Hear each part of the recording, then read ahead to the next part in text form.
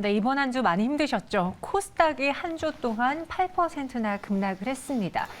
근데 이게 우리나라한테만 해당되는 사항이라면 덜 걱정할 텐데 전 세계가 경기 침체에 대한 우려 때문에 힘들어하고 있기 때문에 정말 이 불안이 좀 현실화되는 것이 아니냐라는 이야기들이 많이 커지고 있는 한 주였습니다. 과연 우리는 하반기 시장 무엇을 중요하게 봐야 될까요? 오늘 대신증권 이경민 투자전략팀장과 함께 시장에 대한 대응 세워보도록 하겠습니다. 어서 오세요. 네, 안녕하십니까. 네. 사실 저도 질문을 드리지만 예측을 해봤자 도움이 안 되는 시장이다라는 게 정말 말이 맞을 정도로 그래 제일 잘할 수 있는 건 그나마 그냥 터지고 나서 대응이나 잘하자라는 이야기가 나오고 있잖아요. 그럼에도 불구하고 우리가 조금 더 길게 시장을 본다면은 원래 연초에 뭐 상저하고 혹은 상고하저 이렇게 이야기가 나왔을 때 올해는 상고하저였단 말이죠. 근데 지금까지 스코어를 봤을 때는 상저예요. 하는 어떻게 될까요? 저희는 작년 11월 달에 올해 전망을 하면서 올해 1분기 중에 2,600대로 갈 수 있다라는 말씀을 드렸었고 3월 달부터는 2,600선대에서는 좀 밀릴 때마다 좀 사도 된다. 2,500대 들어갔을 때는 좀 비중을 늘려도 된다라는 말씀을 드렸었는데 저희가 예상했던 것보다 시장 상황이 굉장히 안 좋은 모습들을 보여주고는 있습니다. 맞아요. 그런데 지금 흐름들이 더 하락하기 위한 그림인가 아니면은 펀더멘탈 환경, 매크로 환경보다도 좀 많이 빠진 그림인가라는 것들을 본다면 단기적으로는 좀 언더스윙이다라는 말씀을 드리고 있고요. 오늘도 2,400선을 잠시 장 초반 이탈하긴 했지만 곧바로 낙폭을 만회하고 좀 2,400선을 지키는 모습들을 보여줬다는 측면에서는 2,400선 지지력 테스트는 염두에 둔다 하더라도 그 밑으로 가기보다는 좀 기술적 반등이라도 나올 수 있는 영역으로 진입했다라는 말씀을 드리고 싶습니다. 그러면 추세 상승이 아닌 기술적 반등만 이야기하셨는데 그 가장 큰 이유로 지금 뭐 물가라던가 혹은 금리를 강하게 올리는 빅스텝 이런 것들이 걸림돌이 될 것이라고 보십니까? 사실 이번에도 설마 0.75%포인트 올리겠어라고 하다가 그 날짜가 다가올수록 맞아 올릴 것 같아라는 이야기가 더 커졌잖아요. 근데 문제는 이렇게 되면 한은도 또 금리를 확 올려야 되고 그 다음 달에도 또 확 올릴 것 같고 그렇게 되면은 증시 추가 부담감이 더 커질 수밖에 없겠네요. 그렇죠. 지금 현재 시점에서 본다면은 물가가 예상보다 너무 많이 올랐는데 이렇게 오른 적이 있었어요? 과거엔 있었죠. 1970년대에는 있었긴 했는데 그런데 이 물가를 연준이나 중앙은행들, 그러니까 각국 중앙은행들의 금리 인상으로 통제가 가능한가, 제어가 가능한가라는 부분들을 좀 봐야 될 것 같습니다. 무슨 말씀을 드리냐면 지금 물가가 레벨업된 데에는 여러 가지 이유들이 있긴 하지만 원자재 가격 급등, 그로 인한 시장 변동성이 확대됐고 그리고 중국 봉쇄 조치로 인해서 병목 현상이 장기화되면서 물가 부담이 레벨업됐다라고 생각할 수 있거든요. 물론 근본적인 문제는 과잉 유동성, 과잉 수요가 있었다라는 부분들은 충분히 인지를 하고 있는데 지금 말씀드렸던 우크라이나 러시아 전쟁으로 인한 유가 상승, 곡물 가격 상승, 그리고 중국 공급망 병목 현상, 중국 봉쇄 조치 장기화로 인한 병목 현상이 물가 레벨을 올려놨다는 점들을 감안해서 본다면 연준의 통화 정책, 한국은행의 금리 인상이 물가를 일정 부분은 제어할 수는 있겠지만 궁극적인 목표치인 2%대로 레벨 다운되는 데까지는 상당한 시간이 필요하지 않을까라는 생각을 하고 있습니다. 이런 것들을 봤을 땐 연준이든 한국이든 금리 인상을 통해서 어느 정도 수요 위축, 수요 충격은 좀 불가피하지 않나라는 생각을 하고 있어서 앞서 기술적 반등을 말씀을 드렸음에도 불구하고 저희가 하반기 전망을 하면서도 3분기는 반등이 가능하지만 4분기에는 좀 조심해야 된다라는 말씀을 드렸고 장기 전망을 통해서는 2023년 상반기 중에 진바닥이 나올 수 있다는 말씀을 드리고 있는데 그런 큰 그림을 놓고 보신다면 지금은 반등을 기대할 수 있을 정도의 레벨까지는 왔지만 추세적인 상승 흐름을 기대하기에는 좀 시간이 더 필요하다라고 보시는 게 맞을 것으로 생각을 하고 있습니다. 네, 제가 방송 중에 말하기는 조금 과격한 표현이긴 한데 많은 분들이 파월 연준 의장을 배신자, 뭐 뒤통수를 친다라고 많이들 말씀을 하셔요. 근데 그도 그럴 것이 괜찮다. 단기적일 것이다, 일시적일 것이다라고 하다가 갑자기 인정을 하면서 0.75%포인트나 올렸단 말이죠. 이렇게 되면은 연준의 대응 정책에도 우리가 판단하기 좀 그렇지만 약간의 미스? 실수가 있었던 건가요? 그런 부분들은 버냉키 전 연준 의장도 지적을 하고 있습니다. 타이밍이 지연되고 늦어진 이유는 무엇일까라고 한다면 그 부분은 실수로 볼 수 있겠다. 이거는 연준도 인정할 것이다라는 기자회견을 인터뷰를 했었거든요. 지금 본다면 물가 상승 압력이 지금만큼 올라올지는 몰랐었다 하더라도 우크라이나 러시아 전쟁이 있었을 때만 본다 했을 때 물가가 좀 많이 높아지겠구나라는 추정을 할 수 있겠죠. 그런데 3월 FOMC에서 연준은 25bp 금리 인상에 그쳤습니다. 아마도 50bp 금리 인상을 준비하고 있었지만 우크라이나 사태로 인해서 25bp 금리 인상을 했다고 했는데 그때가 좀 정책적인 판단에 좀 미스가 있지 않았나라는 생각을 하고 있고 그 이전부터도 물가에 대한 판단들이 계속적으로 변하면서 솔직히 말씀드리면 작년 12월만 하더라도 2022년에는 금리 인상 한 번만 한다라는 전망이 있었거든요. 네. 연준의 점도표도 그랬고요. 그런데 지금은 3.4%를 얘기하고 있는 상황이죠. 그처럼 굉장히 급격하게 변하는 물가, 그에 발맞춰서 후행적으로 변하는 연준의 통화정책 스탠스가 시장에서는 신뢰를 잃게 만들었고 약하게 만들었고 그만큼 컨센서스가 연준의 점도표의 기준을 해서 등락을 보이기보다는 굉장히 높은 수준에서 바이어스가 높은 수준에서 시장에는 공포 심리를 자극할 정도로 급격하게 변하고 굉장히 과격하게 반응을 하고 있다고 생각하고 있습니다. 지금은 모든 게 연착륙이 아니라 경착륙이 되버렸잖아요.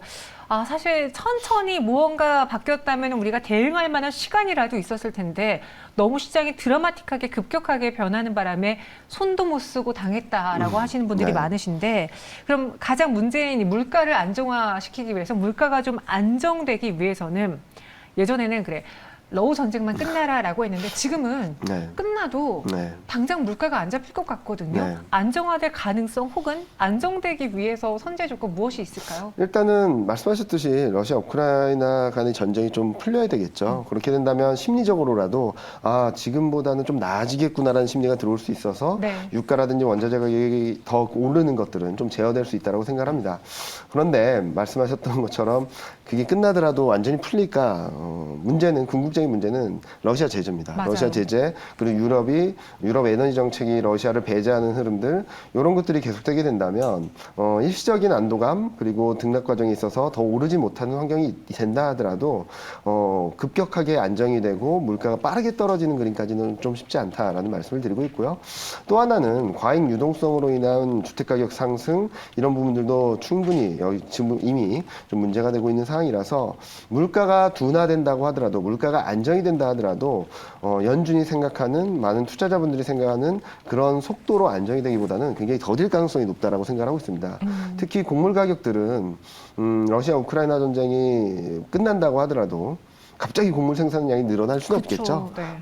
그런 부분들이 여러 가지 혹시 말씀드리자면은 곳곳에 지뢰가 있을 정도로 굉장히 불안정한 흐름들이기 때문에 지금은 워낙 많이 빠진 데 따른 되돌림 과정은 나올 수 있다 하더라도 시장의 추세 반전을 확인하는 데까지는 상당한 시간이 필요하다. 그리고 물가가 안정되는 데까지도 시간이 많이 필요하다라는 말씀을 드리고 있습니다. 네. 사실 저도 그렇게 주식시장에 몇십 년 몸담은 게 아니기 때문에 이런 금리, 이런 물가를 경험한 적이 없거든요. 근데 저와 같은 분들이 특히나 코로나 시즌에 들어오신 분들이 많기 때문에 너무나 힘들게 대응하면서 이걸 어떻게 판단해야 될까 고민이실 것 같습니다.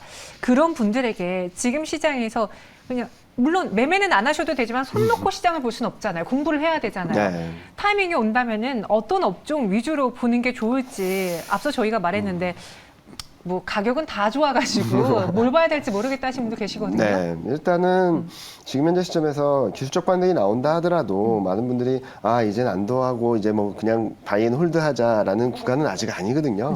그래서 만약에 대응을 하시더라도 좀 짧게 한 투자 시기를 아무리 길게 가져간다 하더라도 2달 이상을 가져가긴 좀 어렵다고 생각하고 있고요. 목표 수익률도 10% 전후 좀 그 정도까지 열어놓고 대응을 하신다면 낙폭 과대주 중에서도 좀 실적이 어느 정도 안정된 그리고 실적 대비 주가가 너무 많이 떨어진 퀄리티 업종들을 좀 봐야 된다고 말씀드리고 있습니다. 대표적인 케이스로는 오늘도 시장이 등락을 보이는 과정에서도 선방을 한 인터넷이라든지 2차 전지 쪽이 괜찮다라고 생각하고 있고요. 경기 침체 우려가 좀 남아있다라고 생각하고 있지만 경기 침체에 대한 우려들은 좀 많이 앞서갔다라고 보고 있거든요. 이런 것들이 좀 진정되게 된다면 반도체, 자동차도 나름대로 좀 반등에 좀 동참하지 않을까라는 생각을 하고 있어서 낙폭 과대 플러스 퀄리티 업종으로서 인터넷, 2차 전지, 반도체, 자동차를 말씀을 드리고 있습니다. 근데 제가 이렇게 딴지를 걸려야 되는 거 아니고 반도체랑 2차 전지에서는 정말 많은 분들이 입을 모아서 이야기하시는데 여기 인터넷 시켰어요. 인터넷은 어떤 의미일까요? 일단은 지금 인터넷 업종이 워낙 급락을 하긴 많이 빠지긴 했죠. 네. 뭐 여러 가지 실적에 대한 불안감들도 있었고 여러 가지 이슈들도 있었고 그 중심에는 금리가 워낙 급등한 데 따른 충격들도 굉장히 컸다라고 생각합니다. 최근 흐름들을 본다면 6월 FOMC를 지나면서 미국을 비롯한 전반적인 글로벌 전반적인 흐름들이 채권 금리가 조금은 안정이 되고 있거든요. 물론 채권 금리가 하락한 이유들을 판단하는 데 있어서 통화 정책이 완화된 것이냐 아니면 경기에 대한 불안감들이 커진 것이냐에 따라서 등락은 있겠지만 그동안 인터넷 성장주들을 굉장히 괴롭혀온 금리가 좀 하향 안정세를 보이게 된다면 1차적으로 반응을 할 수 있는 것은 그런 이유로 많이 하락한 업종들이 반등 시도가 있을 수 있다라는 차원에서 말씀을 드리는 부분이고요. 뭐 실적이 엄청나게 좋아진다. 이제부터 실적이 앞으로 좋아진다라는 그림보다는 워낙 많이 빠진 이유들이 좀 진정되게 된다면 반등 시도는 충분히 있을 수 있다라고 생각하고 있습니다. 그럼 이 인터넷 외에 우리가 성장이라고 부르는 뭐 게임주들도 있을 테고요. 네. 바이오주들도 있을 테고 네. 이런 전체적인 성장주에 대한 투자 의견도 인터넷과 같습니까? 이거는 좀 다르게 봐야 됩니까? 일단은 실적 대비 주가가 많이 빠진 업종을 따지다 보면은 인터넷이 1위로 잡히고 있거든요. 네. 그래서 저희는 인터넷을 말씀을 드리는 거고 성장주 전반적으로 움직이기 위해서는 이 또한 실적도 같이 봐야 되겠죠. 그런데 뭐 제약바이오 업종 같은 경우는 올해 실적 모멘텀에 대한 기대감들이 굉장히 약하거든요. 그런 부분들에 있어서 조금은 반등 시 좀 중심에 서기보다는 조금은 흔들릴 가능성이 있다고 생각하고 있고요. 게임주 같은 경우도 작년에 뭐 시장이 좀 불안할 때 워낙 나홀로 급등세를 보였기 때문에 맞아요. 그런 부분들에 따른 되돌림 과정이 마무리되지는 않았다라고 생각하고 있어서 지금 현재 시점에서 그러니까 뭐 인터넷만 올라가고 나머지는 다 떨어진다라기보다는 상대적인 관점에서 본다면 이번 반등 국면에서는 게임이라든지 제약바이오보다는 인터넷 업종이 좀 반등 탄력이 좀 강할 수 있다 정도로 생각해 주시면 될 것 같습니다. 네, 현재 구간에서는 이제 매도 실익이 없다라고 많은 분들이 네. 이야기해 주시는데, 근데 또 하반기 그 이후를 보면은 지금이라도 팔아야 될까 막 고민하시는 분들이 계실 거예요. 맞습니다. 특히나 그걸 고민하시는 많은 분들은 대형주들을 보유하고 네. 계시고 이분들의 공통점은 길게 보고 들어왔지만 이렇게까지 타격이 클 줄 몰랐어 네, 네. 라는 입장이실 것 같은데요. 뭐 삼성전자가 오늘 5만 원대까지 네. 떨어졌어요, 이게. 네. LG전자도 그렇고 뭐 SK하이닉스도 그렇고 대다수 대형주들이 52주 신저가를 기록하고 있는데 이들은 실적 외 수급이 받쳐줘야 되잖아요. 네. 언제쯤 안정화될까요? 몇 가지 포인트를 놓고 보고 있는데요. 지금 시장이 내려간 데에는 실질적인 펀더멘탈이나 매크로 환경들이 악화된 부분들도 있었지만 그보다 더 심각한 심리적 위축이 있었다고 생각합니다.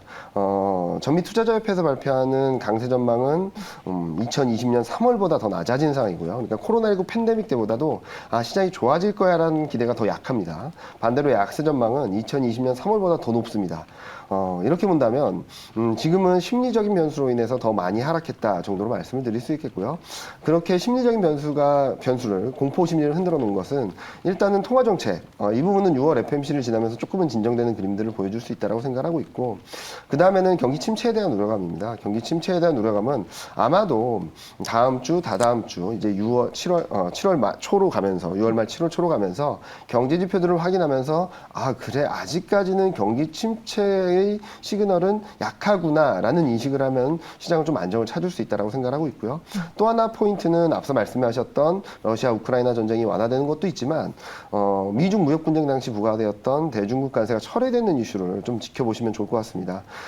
피터슨 경제연구소라는 데서 발표한 내용들을 보면은 관세가 철회될 경우 미국 CPI는 1.3%포인트 정도 레벨 다운될 수 있고 외환 시장이 안정되고 교역 개선에 대한 기대감들이 들어올 수 있다는 전망치가 나오고 있거든요. 물론 이런 흐름들이 본격적으로 급하게 들어올 수 있을까라는 부분들은 좀 차치하더라도 그동안 시장을 억눌러 왔던 물가 불안, 환율 불안, 그리고 교역에 대한 불안정성들을 좀 진정시켜 줄 수 있다는 측면에서 이런 변수들이 좀 들어오게 된다면 5월 중순부터 5월 말까지 외국인이 1.6조 6천억을 사면서 코스피가 140포인트 정도 반등을 했던 그림들이 한 번 더 재현될 가능성이 높지 않나라는 생각을 하고 있습니다. 알겠습니다. 남은 하반기에 어떤 포지션으로 가야 될까 고민하실 것 같습니다. 물론 이렇게 예측해놓고 또 시장이 달라질 수도 있는 그런 환경이지만요. 미리 대응을 좀 마음의 준비를 해놓으시고요. 그 상황이 닥칠 때는 하나씩 잘 대응을 해보도록 할게요. 오늘 이경민 팀장과 함께 이야기 나눠봤고요. 여기서 보내드리도록 하겠습니다. 고맙습니다. 네, 감사합니다.